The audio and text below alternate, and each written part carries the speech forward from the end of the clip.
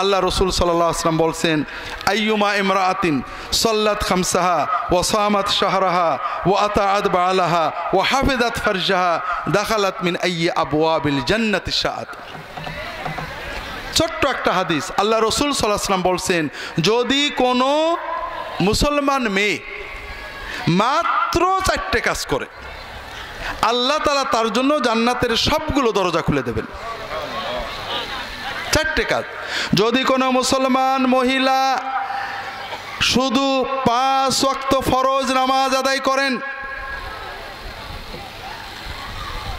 কোন নামাজ?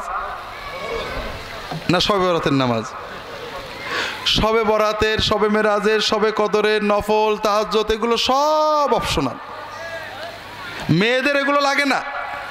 আমাদের দেশের মেয়েরা আলহামদুলিল্লাহ বেশি ইবাদত করেন, কিন্তু আল্লাহ মেয়েদের বেশি ছাড় দিয়েছেন।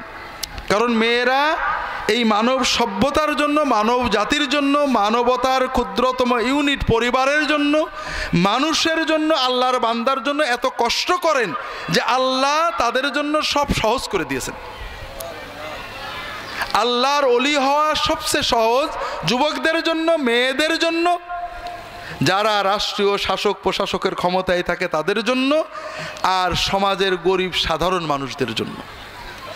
কারণ তারা তাদের নিজ নিজ জায়গায় যদি কোনো শাসক প্রশাসক কর্মকর্তা নেতা শুধু ফরজ আদায় করেন আর ইনসাফ ভিত্তিক কাজ করেন, সবার অধিকার বুঝে দেন, কারোর জুলুম না করেন, তিনি আল্লাহর বড় ওলি হয়ে যাবেন।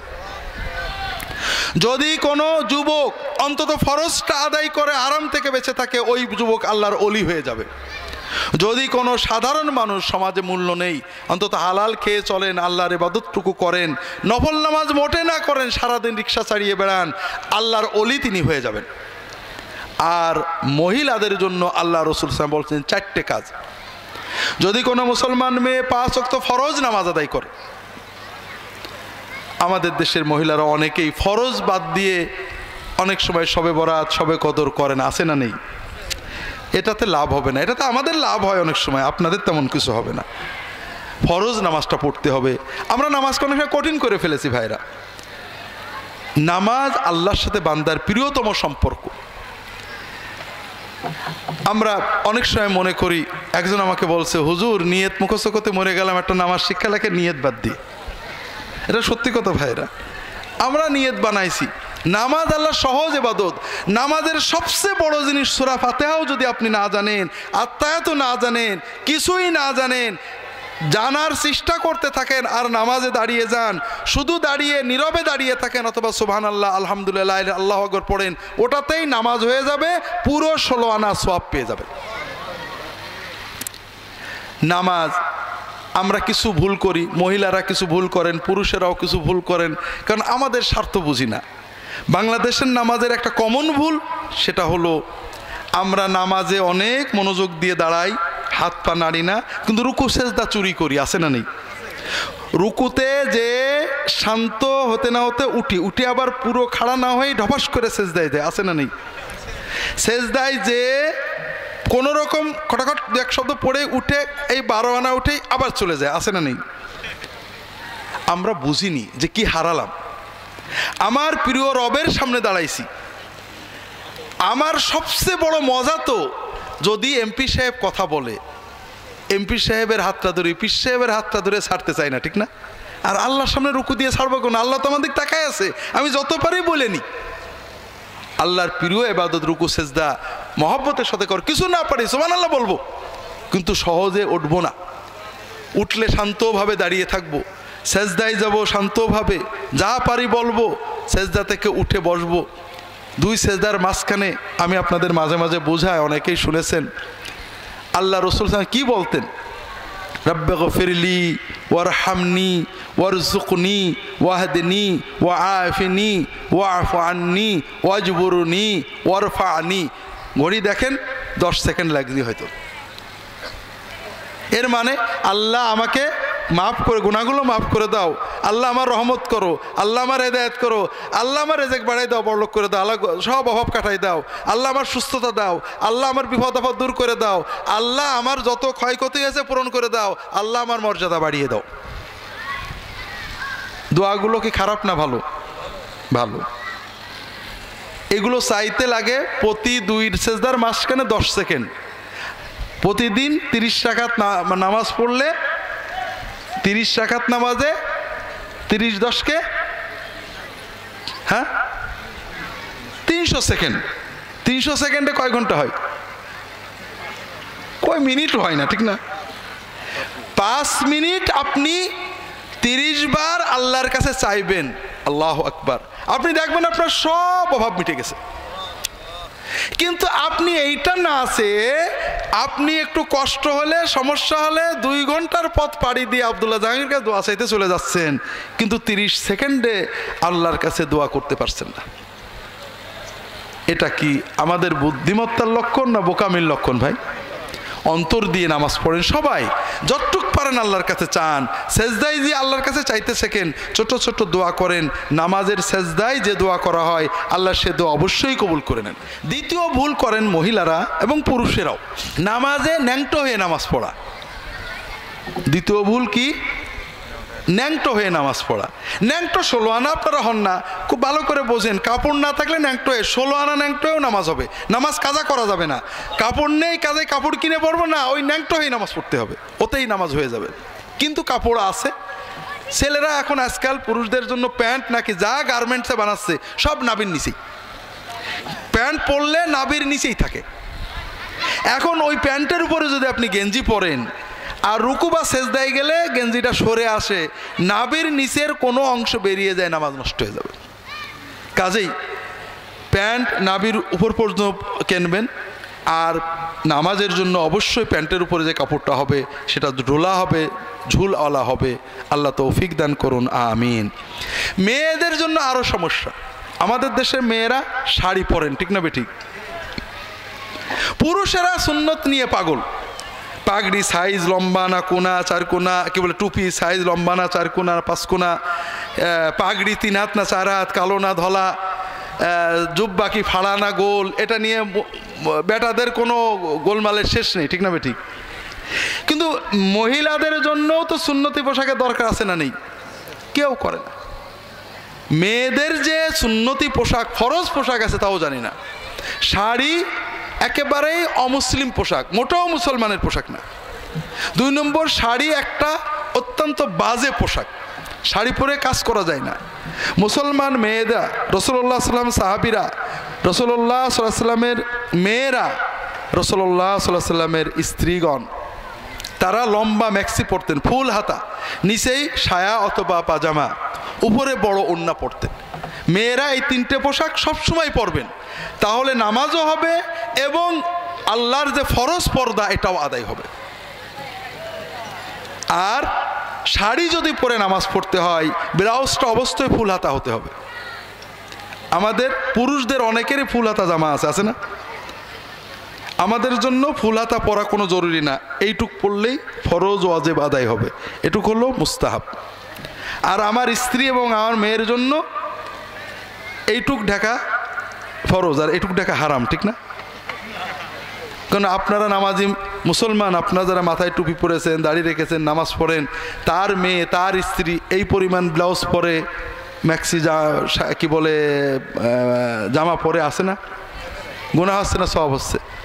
আপনি তো হারাম করছেন, আপনি ফরজ তরক করে সুন্নত পালন করছেন, কোনো লাভ হবে না তো। মেয়েদের জন্য এই পর্যন্ত ঢেকে রাখা ফরজ। ব্লাউজটা যদি শাড়ি পরে চলতে হয় অবশ্যই কোমরের নিচ পর্যন্ত নেওয়া ফরজ। পুরুষদের গেঞ্জি কোমরের নিচ পর্যন্ত, মেয়েদের ব্লাউজ অনেক উপরে করা হচ্ছে। এটাতে একমাত্র শয়তান ছাড়া আর কেউ খুশি হয় না। আপনারও কোনো লাভ নেই, দিনেরও কোনো লাভ নেই, দুনিয়ারও কোনো লাভ নেই। আর যারা শাড়ি পরে নামাজ পড়বেন অবশ্যই মাথার উপরে বড় হেজাব বা চাদর দিয়ে এমনভাবে ঢাকবেন যেন নামাজের ভিতরে মাথার চুল ইত্যাদি না বেরিয়ে যায়।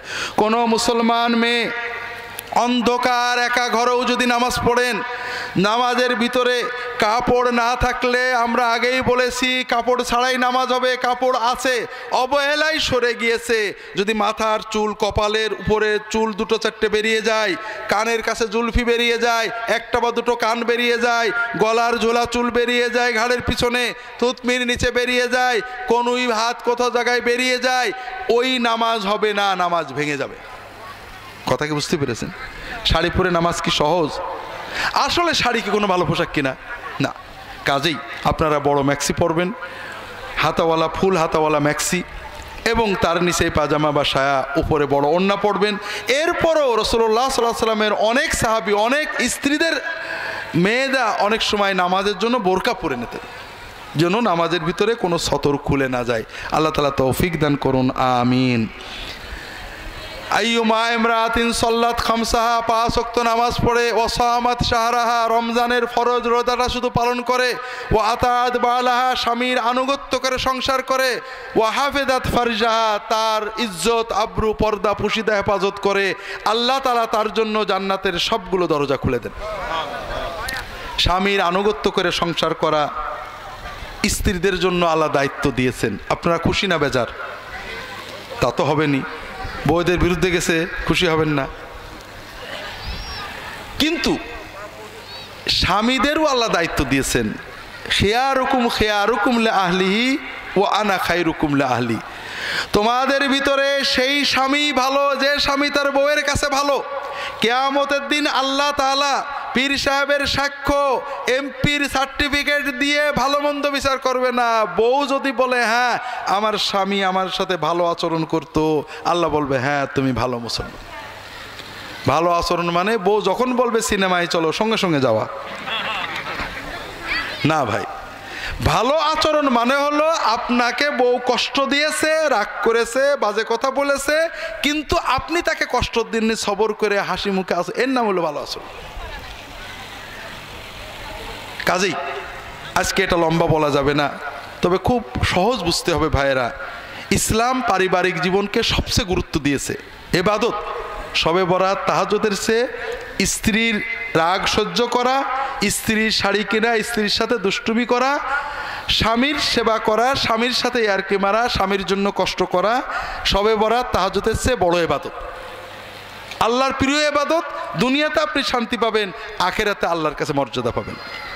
তবে পরস্পরের দায়িত্ব আমরা 2 ভাগে ভাগ করতে পারি। স্বামীর 2 দায়িত্ব, স্ত্রীর 2 দায়িত্ব। স্বামীর দায়িত্ব 2টো।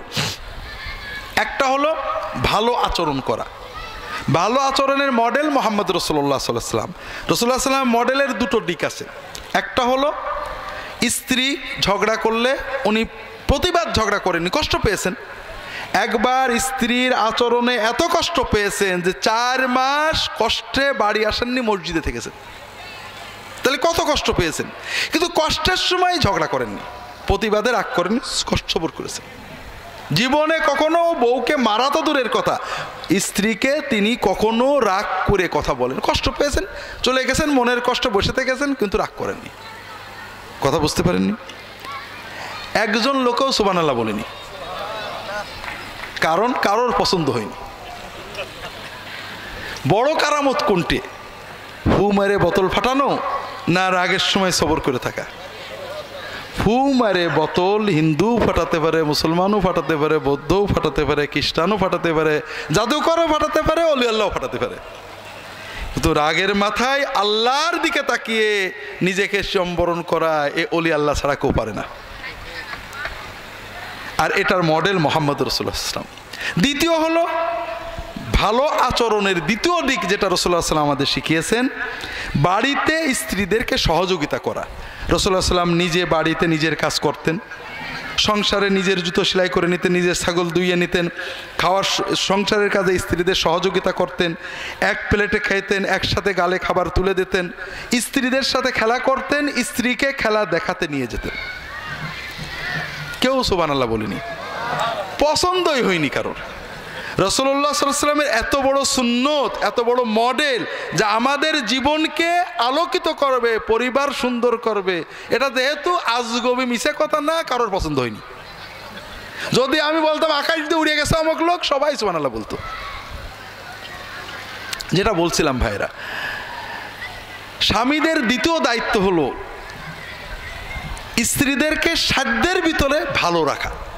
আপনার ক্ষমতা আসে 1000 টাকা শাড়ি কেনে আর আপনি 500 কিনে দিয়েছেন, আল্লাহর কাছে টাকা দেবেন। আপনার ক্ষমতা আছে 500, কোনো সমস্যা নেই। স্ত্রী যদি কোনো খারাপ আচরণ করে তিনি গুনাহগার হবেন। এই জন্য খাওয়া, পরা, থাকা, বাসস্থানে আপনার সাধ্যের ভিতরে সম্মানের সাথে রাখা, এই দুটো হলো স্বামীর দায়িত্ব সংক্ষেপে। আর স্ত্রীর দায়িত্ব দুটো, একটা হলো আনুগত্য করা। একটা কি? আনুগত্য 2 পর্যায়ের। যে সেবা স্বামী আল্লাহর বিধানে শরীয়ত মতো স্ত্রী ছাড়া কারো কাছ থেকে নিতে পারেন না, ওই সেবার জন্য স্ত্রীর কাছে চাইলে ডাকলে স্ত্রী সেই কথা শুনতে শরীয়তের ওজর না থাকলে বাধ্য, না শুনলে গুনাহগার হবেন। আর যে সেবা স্বামী স্ত্রী ছাড়াও পেতে পারেন, ভাত রাঁধতে বলেছেন, স্ত্রী রাঁধতে নিয়ে আরেকজন রেঁধে দিয়েছে, হোটেল থেকে কিনে খেয়েছেন, কাপড় ধোবার কাছে ধুয়ে এনেছেন, এই সেবা স্ত্রী করলে সওয়াব হবে, না করলে স্বামী বাধ্য করতে পারেন না। কথা কি বুঝতে পেরেছেন? দ্বিতীয় হলো কৃতজ্ঞতা। স্ত্রীর দায়িত্ব স্বামী যে তার জন্য কষ্ট করেন এই কৃতজ্ঞতা হৃদয়ে অনুভব করা। স্বামী তার জন্য উপার্জন করেন, অর্থনৈতিক দায়ভার বহন করেন, সামাজিক প্রোটেকশন দেন, কিন্তু মেয়েদের আবেগের কারণে রেগে গেল বলে তুমি জীবনে কোনো শান্তি দিলে না, তোমার কাছ কিছু পাইলাম না, আজীবন কষ্ট দিলে, কি দিয়েছো, এগুলো ভয়ঙ্কর গুনার কাজ। কথা কি বুঝতে পেরেছে? আমরা যতই কষ্ট পাই মনে করতে হবে যে আমার স্বামী আমার জন্য এত কষ্ট করেছে, পারেনি কিন্তু অনেক করেছে, এই কৃতজ্ঞতার অনুভূতি থাকতে হবে। আল্লাহ রাসূল সাল্লাল্লাহু আলাইহি ওয়াসাল্লাম বলছেন, লা ইয়ানজুরুল্লাহু ইলা ইমরাতিন লা তাশকুরু লিজাওজিহা ওয়া হিয়া লা তাস্তাগনি আনহা। যে মহিলা, স্ত্রী নিজের স্বামীর খেদমত ছাড়া চলে না, অথচ স্বামীর প্রতি কৃতজ্ঞতার অনুভূতি হৃদয়ে লালন করে না, আল্লাহ তাআলা ওই স্ত্রীর দিকে তাকানি না। আর আল্লাহ যদি আপনার দিকে না তাকান, আপনার সবে বরাতে কি লাভ হবে? এজন্য আল্লাহ রাসূল বলেন দ্বিতীয় দায়িত্ব হলো আনুগত্য। চতুর্থ হলো পর্দা পশিদা হেফাজত করা। পর্দার ব্যাপারে আমরা সবাই দুর্বল। আমরা একটু আগেই যেটা বলেছি, মেয়েদের পর্দা করা ফরজ, আল্লাহ শরীর ঢেকে রাখা ফরজ করেছেন। যদি কোনো মেয়ে ঘরের ভিতরে বা বাইরে দূরের আত্মীয় বা অনাত্মীয়দের সামনে মাথা খুলে, চুল খুলে, কান খুলে, ঘাড় খুলে, মুখ খুলে, দেহ খুলে যান, প্রতি সেকেন্ডে একটা মহা কবিরা গুনাহ তার আমলনামায় লেখা হয়। পর্দা করেন, বাইরে যাবেন, কর্ম করবেন, বোরকা সহ, পর্দা সহ। স্ত্রীদের মেয়েদের পর্দায় রাখা আমাদের জন্য ফরজ। ভাইরা, আমরা লম্বা বলতে পারছি না, আমাদের সমাজে অবক্ষয় বেড়েছে, ইফটিজিং বেড়েছে, হ্যারাসমেন্ট বেড়েছে, মাদকতা বেড়েছে, ঠিক না বেঠিক? এগুলো কমুক, আপনার ছেলে মেয়ে এতে আক্রান্ত না হোক, আপনারা চান না? আপনার ছেলে মেয়েদেরকে এ থেকে ঠেকানোর দায়িত্ব আমাদের এমপি সাহেবের, ঠিক না ভাই? না পিতামাতার? হ্যাঁ। তো ভাইয়েরা, দেশের বিশ্বের সামগ্রিক পরিস্থিতি আমাদের নিয়ন্ত্রণে না, খারাপ হতে পারে, কিন্তু আমরা আমাদের ছেলে মেয়েদের ঠেকাতে পারি। ছেলে মেয়েদের নামাজ শেখান, পর্দা শেখান, ইনশাআল্লাহ আপনার ছেলে মেয়ে আর যাই হোক বকে যাবে না, বকাটে হবে না, ইফটিজিং করবে না, টিজড হবে না। আল্লাহ তাআলা তাদেরকে হেফাজত করবেন। আল্লাহ আমাদের ছেলে মেয়েদেরকে দুনিয়া এবং আখিরাতে আমাদের চোখের আলো বানিয়ে দিন, আমিন।